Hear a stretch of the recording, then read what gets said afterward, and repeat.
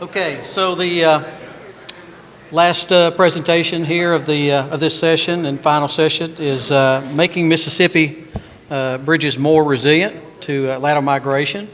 And Blake Mendrop will be presenting today. He's a licensed civil engineer with over 30 years of experience in hydraulic design, civil design, surveying, project management, construction management, and economic development.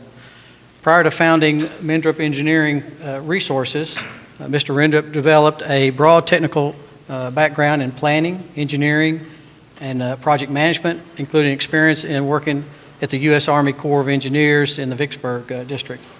Mr. Mendrop is recognized for his expertise in the area of water resources, with advanced studies being obtained at Colorado State University. Over the past 30 years, he has provided all aspects of project support for site development and water resource projects throughout the southeastern United States. Mr. Mendrop has been involved in the development of technical work plans for many watersheds in North Mississippi, including drainage basin planning and construction plans. As a founder of Mendrop Engineering Resources, his responsibilities have ranged from business and client development, as well as technical design and engineering management of all technical aspects of a wide range of projects. All right, Blake. Thank you. I don't know that I can do any of that anymore, but Caroline, I do appreciate your presentation. For many years on the Insights channel, when I got out of college, Charlie Little is here. Charlie is one of my mentors. I was working for at the Corps of Engineers in Vicksburg, and of course I've been out for 4 or 5 months, and we start going to North Mississippi looking at Insights channels and channel evolution model, and I was like, what are we doing? So it's been a long time, but I did get to spend a year in Colorado in graduate school. Today I just want to talk a little bit about some case studies that Mississippi Department of Transportation that we've been very fortunate to work on over the last few years. It's always good when you're able to see something that's built and watch it and monitor it and see how it is performing. So we're going to kind of just look at a few sites that are ongoing, and we have ongoing design that we've been fortunate with to work with Mandy at MDOT, and also Van. Van is retired from the USGS, so he also has a lot of knowledge when it comes to streams and migration and channel stability, and he's the Scour program manager at MDOT. Of course, lateral migration has a lot of consequences. So being from Vicksburg, Mississippi, and living there on the river, this is a 150 years ago migration that took place that has always interested me, because I'm kind of a map fanatic. I like historical maps, but if you see here, this was this was during the Civil War here. You can see Vicksburg is sitting up on the hill. Most of you heard about Vicksburg and the siege of Vicksburg, but so it was right there on the river. And post-Civil War, actually Grant tried to cut it off during the Civil War. It didn't quite work, but they were able to win the Vicksburg anyway. But not long after the Vicksburg campaign, the Mississippi River actually cut itself off. And when it did, it just left Vicksburg high and dry. As far as, it was a port city. Here's the rail that comes in. They would ferry it across, but for over 25 years, consequences were the only time that they could access the port there was in high water. So I don't think we're going to have talk about that big a consequence cutting a city off today, but I've always thought that was interesting. And 25 years later, they did fix it. The Corps of Engineers took the Yazoo River and rerouted it into the Mississippi there. And so if you go to Vicksburg, Vicksburg's actually sitting on a diversion canal. It's not sitting on the Mississippi River there. So today we're just going to talk about 4 case studies in Mississippi. This is the Highway 98. We're going to kind of look at some that we're working on now, and the last 2 are some that construction has recently been completed. This is Highway 98 near Columbia, Mississippi. Flow is from up to down here. In around the 60s or so, there's a cutoff. The Oak River was going through here, and natural cutoff was made in around the 60s. MDOT came in, Mississippi Department of Transportation, around the early 80s, and they built what they were calling deflectors, crib walls, jetties, whatever we want to call them today. But you can see the old river was cut off, and there's some homes here, some fish camps, and they were trying to keep this alignment going through the two bridges there on 98 and trying to keep the Thowag pushed out here. This is an aerial showing the deflectors a few years ago. This is the upstream, and so you can see there's 5 here at this location. This is some bathymetric information. We'll talk just a little bit. I'm not going to get into scour today. I'm going to show a couple of what MDOT is doing, though. A couple of slides here. If you focus on this bent here, they started seeing some scour after a large event here a couple of years ago. And as you can see, it's called this bent 6. This is looking downstream. You can see the deflectors here almost submerged. This was a large runout a few years ago. It's probably one of the largest runouts or the largest floods recently on the Pearl down at this location. And you can kind of see the flow pattern right here. And after this event, during this event, they saw a lot of scour at these vents at this location. So trying to wonder what was going on. Is it something happening as far as vertically, or was there something else that's caused this scour and the alignment? Well, this is that bent. Flow is from left to right. These were some multi-beam surveys and side scan, so you can kind of see where the scour was taking place at this location. You can see the flow pattern here. You can see the large scour hole at this location. Also to try to see, okay, what's going on causing this additional scour that we haven't seen before. And MDOT, and I don't know if Van's in here yet, or a lot of y'all know Van, they actually put some countermeasures in here that have been monitoring this real time to make sure that they're, until the bridge replacements come in, that they're able to track whatever scour is happening at this location. So this was the photo that you saw a minute ago, and now this was after the flow a couple of years ago. You can see a large, what happened is the jetty had a failure at this location here, and in the large scour hole, it got behind this other jetty. So everything kind of got sped up in time. It's, okay, we've got to move a little faster to try to come up with a solution. Just a couple of more photos, a few more photos. Looking downstream, you can see the failed jetty here, where flow could get behind it, and what they see now. And we've actually gone down even in the last few weeks, and some of this has kind of filled in just a little bit over time. So where's our data going to come from? Needing some new data, updated. The same day we're getting multi-beam bathymetric surveys. We were flying the drone, flying in the LiDAR. We were actually using the LiDAR on the same day, so that anything below the water surface elevation for that day and anything above we all got, and we got a very good survey here. You can also see this jetty is gone here. So Blake and Charlie, who do the modeling for us,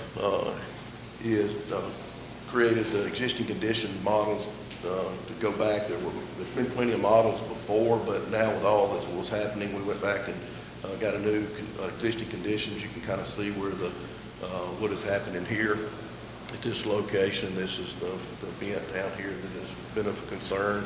Now they are actually, MDOT is going to replace both of those bridges over the next few years, along with the countermeasures that we're working at upstream here.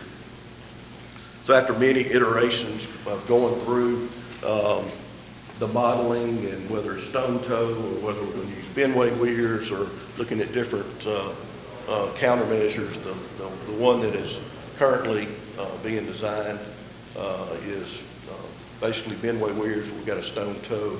Also, we've got so many homes and fish camps and things that Department of Transportation just really wanted to make sure and ensure that even though we know these Benway weirs is going to push the bow wag out and going to get us a lot better alignment through here, that we wanted to ensure that we were able to lock this in the best we could. You can see from some of Blake and Charlie's modeling that some of the areas that we feel like are, once this is in, lower velocities, kind of pushing things out, getting a better alignment through the bridge here. So that's one. Big Black River is another one. This is the most recent one that we're working on. I mentioned Van when he was with the USGS, he had already kind of had some information on the Big Black River where they were monitoring some binways upstream of the bridge because there was a gauge, and it still is a gauge on that highway at this location. So a lot of information for that location. So we were tasked to do bridge scour along with coming up with preliminary countermeasures in this. But we had the main bridge and the relief openings at this location on the Big Black River. Just to give you a little idea of what we're dealing with on the Big Black, this is more of today. If you look back in the 58 and 85 and moving up, you can kind of just see how this bend here is, and the cutoff is moving further to take place. The meander is moving down valley like they do.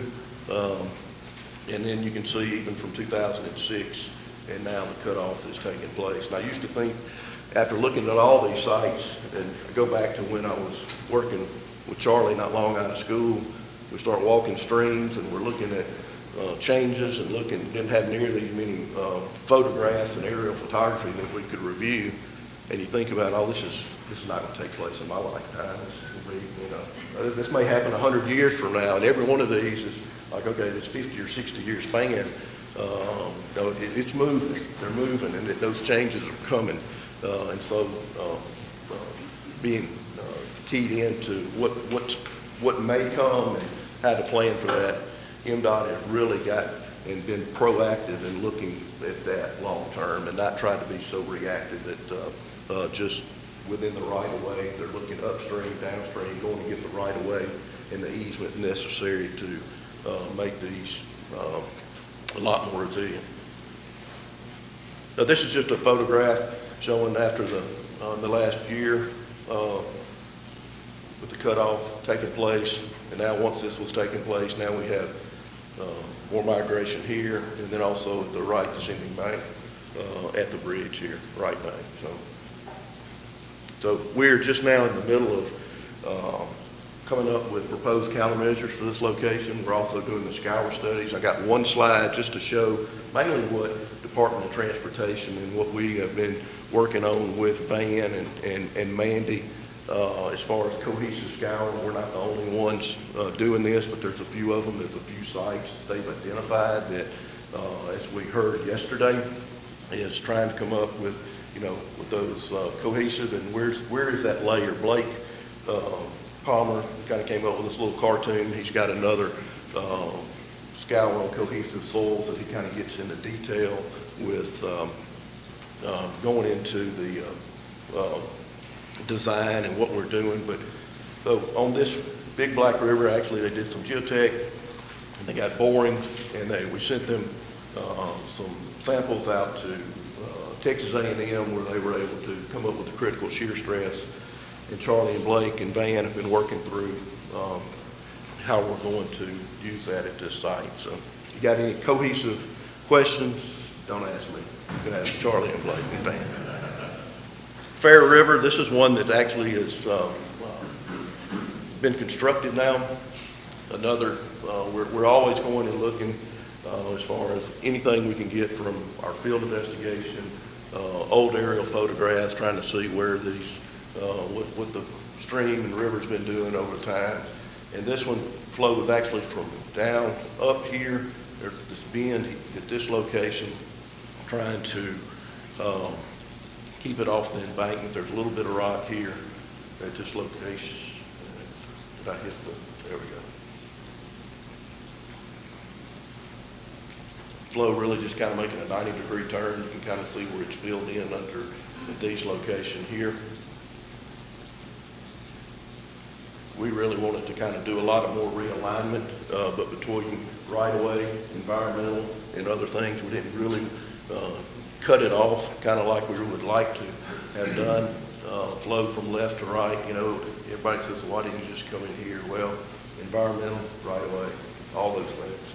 So what we want to do is try to at least move it over enough to get the best alignment that we could get. It's not ideal, but it seems to be working. So before photograph here, this is during construction. You can kind of see the longitudinal stone toe here. And this is after construction. Because of this embankment at this location, felt like that we needed to put a little more upper bank paving at this location to ensure that during high flows we didn't get anything on this embankment here. This is during construction. Backfilling here, what they used was they just used some of the sand off the point bar. And you can kind of see that they had moved some of it out at this time, and they actually started talking about, hey, we don't have enough. I don't think they're actually digging deep enough to get some of the sand, but we're running out. And so, as you can see, let me back up here. You can see here where they had dug it out, and we were actually working during construction with them too. So, well, you're about to get 2 or 3 inches of rain, so you can probably get some more sand in a few days. So, and you can see here was the cut. That's that cut. And after one event, there they go. You know, point bar was already filled back in. There was a cut here. They rode to get a little more sand and finish this project. Chickasaw Hay, this is the last one that I wanted to discuss a little bit. This one was kind of it has everything. It has every problem, and we had to use a lot of different countermeasures. We had construction problems. This was here down in southeast Mississippi. You can see flow is from right here to left, and there was a large, it had just moved down. The guide bank is about gone, and we were tasked to come in and look at coming up with different ideas and countermeasures to address this issue. So going back looking at the quads, obviously, and the aerial photographs that are next, here's the highway at this location here in 60s, it wasn't even there. And you can see flow from up to down, and you can kind of see the cutoff that took place and where we're at here. Just looking at the aerial photographs, you can kind of see even in 96, there wasn't much problem here. You know, 2007, yes, it starts creeping up a little bit, and then this is kind of when we got involved in 14, I think, and 15. It may have been a little after that. I think that was on 98, but they didn't, we thought we could really solve this problem and keep the bridge open and all, had a design. What's interesting about this also, look how fast this healed up on these cutoffs. I mean, we always think about, you know, years and years and years, but it doesn't take long for them to heal up. So our original design, we had some bendway weirs, just bendway weirs up here, and trying to inch that back over, get the thigh wag pushed out, back out, and seeing what kind of, and get the best alignment we can at this location. During construction, they cleared a lot of the banks. They were working on one bank, cleared a lot of the other bank at this location, and big floods.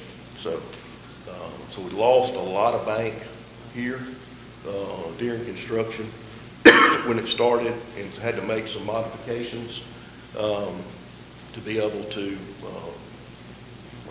make sure that we could get the highway back open, because the highway was closed. So there was a lot of things that we had to do on the embankment that were not initially planned. So this is without a flow event here. You can kind of see the bendway weirs with long stone toe. At the first part, we did not have all this upper bank paving because this embankment was a lot further out here. And we thought we could take care of everything with mainly some bendway weirs there. But during construction, we had to make some modifications to get this flow alignment back around. During that large flood event, they got a lot of scour and lost a lot at this location on those vents at that location. So MDOT had to come in and they had a lot of their pile lengths were way too much and they corrected that with that bridge improvement at that location. And that's what you see here. There's too much unsupported pile length, if you can imagine those, when all that had scoured out. This is after it was completed, and it wasn't but one or two events that actually built back in. Just another photograph showing low flow and high flow and how it is performed. We're going to see if we can, I got about a 30-second video. We're going to see if it'll work. So.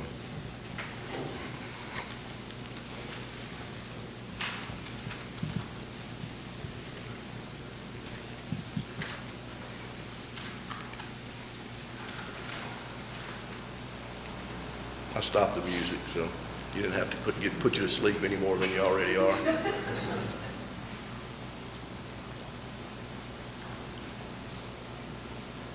This was just really sloughing off right there at the embankment during that one event.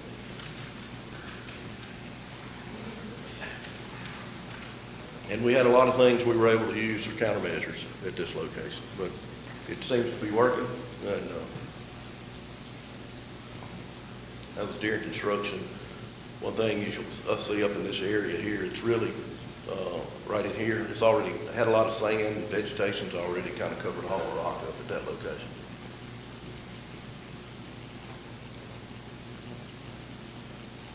A lot of rock underneath the sand there at that location too.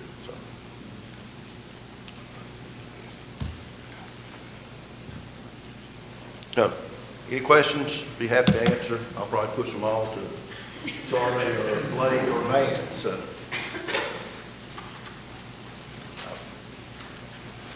There has been a lot of discussion about the effectiveness of these deflectors for bendway weirs with respect to the angle of rotation. So what's your experience? Is it best to be perpendicular upstream or downstream? Charlie, I am going to let you jump in on that. Yeah, there has been, and I know Charlie has a lot of his experience and has been looking at that. Of course, most of the ones that we've been have been angled upstream a little bit. But Charlie. We designed the bendway weirs using the HEC 23 guideline, and mainly with the purpose to try to nudge the bowing of the stream a little bit away from the bank for two reasons. One, to minimize coast power, and secondly, to get as better or improve the alignment of the bridges as we can. You can see on some of these examples, we have to drill quarter to get alignment of the bridges. So that's kind of a twofold purpose. And so far, they're doing okay. They're not as aggressive of an application of bendway weirs as you might typically do if you were trying to create a navigation problem, say on the Mississippi River, increase navigation width. It's not quite that aggressive an application of it, but our experience is this one. Yeah, it also depends how long they approach into the flow and what the depth is. Yes.